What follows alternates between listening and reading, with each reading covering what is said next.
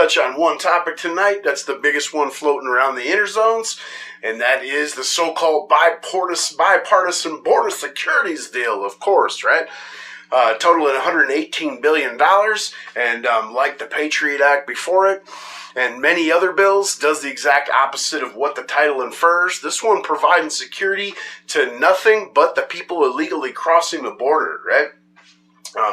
Filled with little, subsections like Border Emergency Authority. And, as Biden makes, the talk show circuits, talking about Republicans need to grant me the authority to stop, the border influx, when knowing that this guy actually purposely set this off with executive fiat, and he could just rescind that order or enforce the laws already on the books.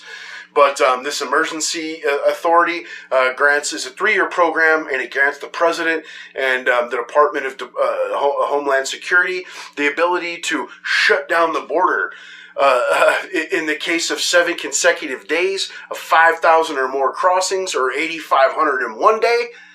But regardless of this language, doesn't actually close the border down. It just restricts crossings to ports of entry. You know what I mean? So it never closes it down a single time. And it also grants the president the ability to suspend that authority for 45 days at a whim, right? After the last 3 years, that won't be, abused in the least. It also grants the DHS and, the Department of Immigration and Citizenship the ability to grant asylum, which now falls on the shoulders of federal judges. And again, that won't be abused at all. You got Alejandro Mayorkas in charge of that.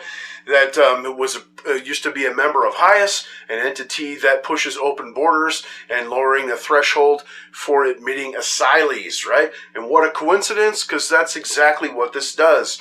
It gives them a course, these illegals, on their rights, as if illegally crossing into a country suddenly grants you a new set of rights. It gives them free legal counsel, of course, at your expense, and lowers the threshold for claiming asylum to reasonable possibility of persecution. So no actual actions having took place or proof, just make a claim, make it convincing enough, and yours is in there, right?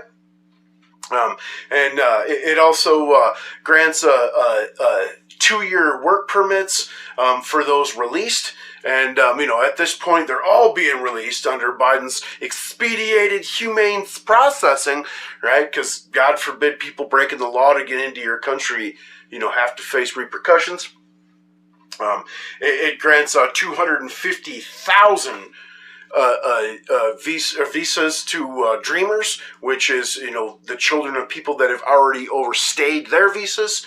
It increases the amount of issued green cards, which grants permanent residency up 50,000 a year. With in 2023, the Biden admin already issuing over 1 million as is. So just, a complete uptick. It actually does hire 4,300 new officers, but asylum officers, right? Processors, not border officers to help keep people out, but making you pay for thousands of ways to get people in. You know what I'm saying? So that's, it's just a continuation. It's just a steady trap. This, whole deal in whole, letting in an estimated 1.8 million a year, right?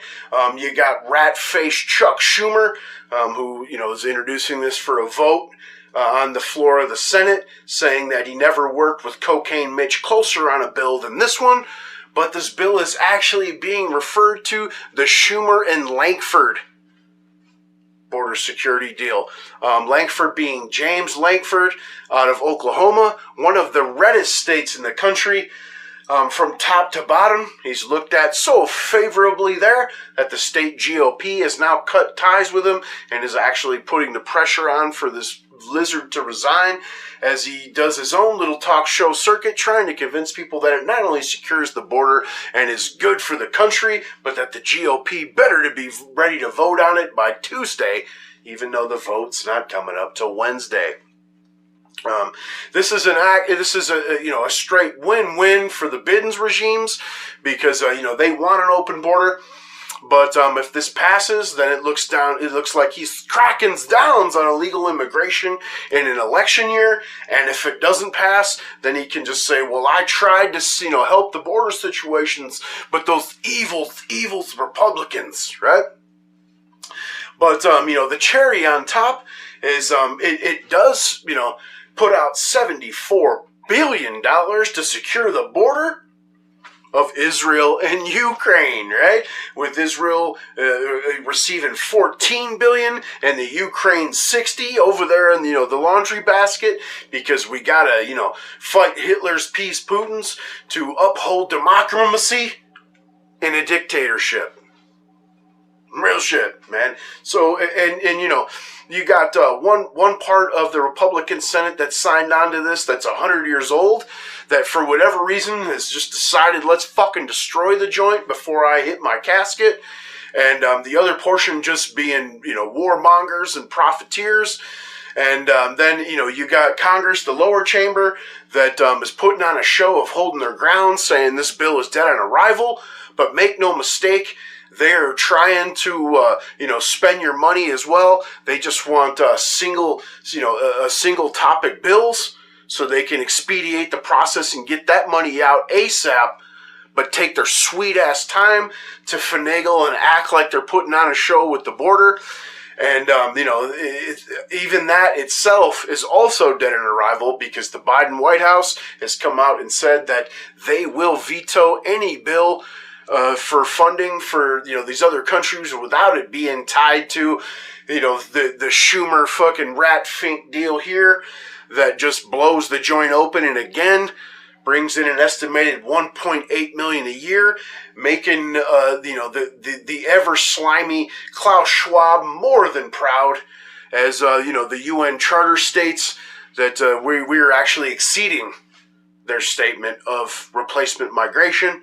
And, they love to point these conspiracy theories, but you can go on, the leftist censorious Google, look up the UN Charter, download the PDF for yourself, go through the table of contents. It's all there, not to mention, the talk shows of, Destiny, Demographic Destiny, and, we can replace them in the New York Times. It's all there for you. They've let you know. It's out in the open, and, it's always they're not doing it, but if they were, it's a good thing. All right? You guys tell me what you think. Truly appreciate you stopping by. Like, share, subscribe. Smell you later. If we don't aid Ukraine, Putin will walk all over Ukraine. We will lose the war, and we could be fighting in Eastern Europe in a NATO ally in a few years. Americans won't like that. And we could be fighting in Eastern Europe. Americans won't like that.